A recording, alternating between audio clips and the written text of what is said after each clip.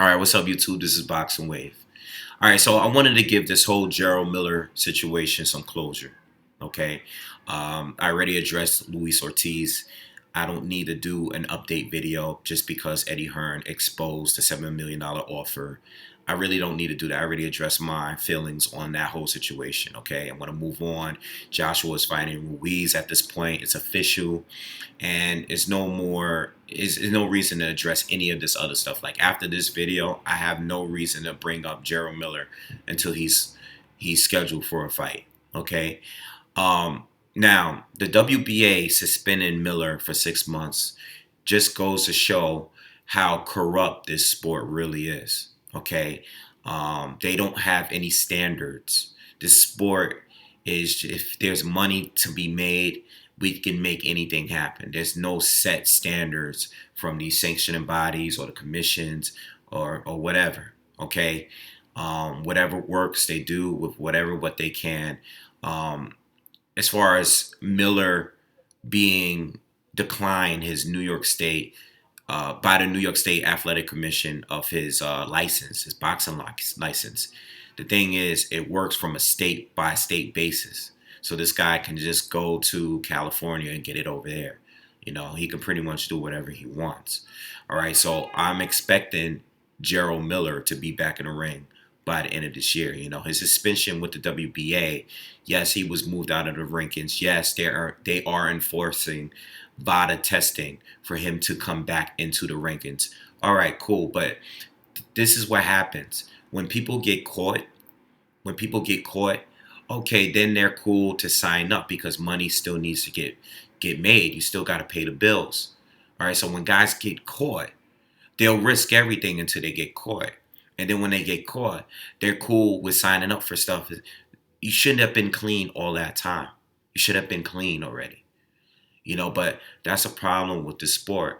A lot of these fighters aren't clean. A lot of these guys are taking drugs that are currently legal, and then they get banned, and it's still in their system sometimes, or they want to continue taking it because they're used to they've had the success of taking something. It's to a point where they don't even feel confident in themselves fighting without the banned substance or whatever it is, you know. Plus, a lot of these fighters want to take the substance because they don't want another fighter to have an advantage over them because they may be taking drugs. So I think the only way to fix this problem is enforce stricter, more strict, not stricter, but more strict suspensions. It should be a minimum of 2 years. You know, some of these other sports, these bans are 3-4 years. Why isn't boxing? Like, the standard should be 2 year suspensions, because 2 years, what boxer, especially a successful boxer, a guy that's making a living off this sport, completely, no side job, no journeyman, no, you know, cab driver. I'm talking about the guys that we watch on TV. What boxer wants to sit out for 2 whole years, you know, or more? They should be sitting out for a minimum of 2 years, you know, and just a drug cleaning program by the WBC. You know, I know it's not simple to a point where everybody should be randomly tried. It doesn't work that way. I know that involves money. I know it's not going to work that way, okay? But for the top 10, the top 15 guys in these sanctioning bodies, they should be able to sign up for it. Why can't all of them do it? You know, the WBC has it now. And why can't we do a better job in boxing and enforcing this? Do they really want to do away with it, or they want to pick and choose which boxers that they want to suspend and get away with certain things? You know, they shouldn't be able to beat around the bush. They should find a way to enforce it, do a better job and enforce it. They're doing a little bit better, but they're taking baby steps on something that they can completely just end if they make stricter, I keep saying stricter, more strict rules. Okay. Now, as far as Jarrell Miller, let me address him. He has zero credibility to me at this point. Okay. There was always suspicions there because when it came to the WBC, He wasn't sanctioned by them. He was not on the rankings because he failed to sign up for the clean drug program then.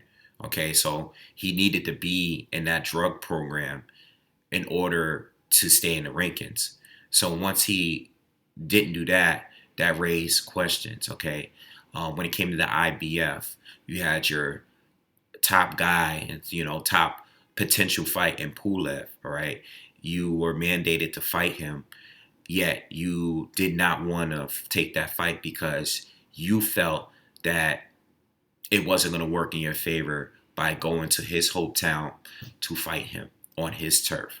Okay, there are guys out here like that are there's so many boxers out here that has been going to other people's towns in their whole career to fight. It is what it is. I think Kovalev was one of those guys that was just he was just always away for a fight. He was rarely when did he fight? I think Isaac Chilembo was the only recent fight where he actually fought at home.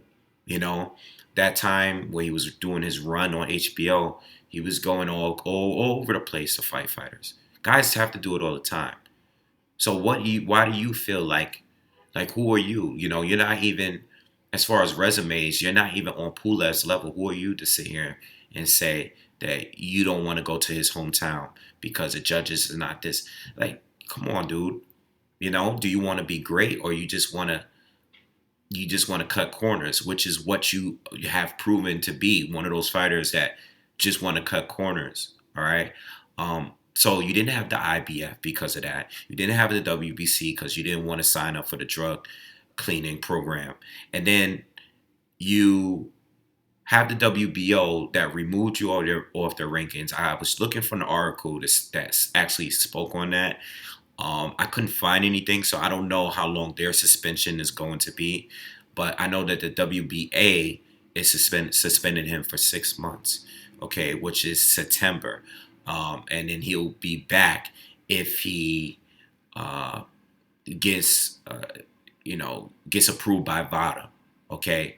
So this guy at this point is completely dead to me as far as his resume, as far as his credibility, because it was already suspicious because you're a 315-pound man just walking guys down, throwing all these punches in each fight. It doesn't even look like you're even trying to prepare or even in the gym working on your weight because you're just coming in every fight even heavier than the previous fight. You're taking all these fights against these journeymen. These guys are journeymen that you've been beating. They're okay. They're guys that some of the top fighters have already fought and beaten, but you're avoiding all the top guys, to get to a championship fight. So you got lucky, and you only got lucky because some of the other top contenders that are ahead of you didn't want to fight Anthony Joshua, okay? So we got stuck with you. And it wasn't a bad thing, it wasn't like you were the worst opponent or anything like that. I mean, you're a top 10 fighter, you were undefeated, and your style and the way that we see you fight, it seemed like it could have been a threat for Anthony Joshua. I didn't think it was much of a threat, but there was a chance that we might get upset just based on the fact that you're a huge fighter. You're a really big guy, and that pressure. How would Anthony Joshua deal with it if he can't hurt you? But now that you fell and popped on 3 different drugs, it raises questions like, how did you even beat all of those guys that you beat up? Like, it looked weird, but it makes sense now, And you were really going to go into this Anthony Joshua fight knowing that you were on this stuff. It just blows my mind. Like, you really, all that talking that you did in the press conferences, talking about, where you from, what you've been through. I just don't understand, I don't understand. You get an opportunity, you're getting huge money, getting 7, 8 million, whatever it is you were getting, and you blow that opportunity. You know, you have zero, absolutely no credibility. So to be on a positive note at this point, take the time that you have all summer, prepare, work, because in your next fight, you have to fight clean. You're a different fighter. You're going to be a different fighter. Now you have to fight clean without being this super volume pressure fighter. Cut down the weight, get in the gym, work all summer. Work all summer. So when September comes around, you can reestablish yourself as a fighter. Because right now, you have no credibility. You didn't want to take the toughest challenge of your career before Joshua. And then when you got to Joshua, you hit the lottery and got the fight with Joshua in New York, in your home city. You blew that as well. And you blew a shitload of money. So you have to reestablish yourself now. You have to take the time to cut down the weight. Do whatever you have to do to prepare yourself to fight like a clean fighter, because no one is ever going to get back in the ring with you while knowing that you popped on 3 different drugs for one fight. That's ridiculous. That's OD. All right. So, that's all I really got to say about Jarrell Miller. I want to close the curtains on that. And as far as boxing, they need to do better. They're catching guys. That's good that they're at least catching, but they're ruining the sport because these fights are pushing everybody else's careers back. There's fights that we want to see that we're just not getting because it's bad enough that the networks and promoters and just, all the sanctioning bodies and shit, all the politics play a factor in. But now we have guys that's failing drug tests left and right on a regular basis. Fights getting canceled. Like, come on, we got to do better. Got to do better. All right, so I'm going to leave it at that. No more talk about Jarrell Miller, Luis Ortiz. I'm done. All right, peace.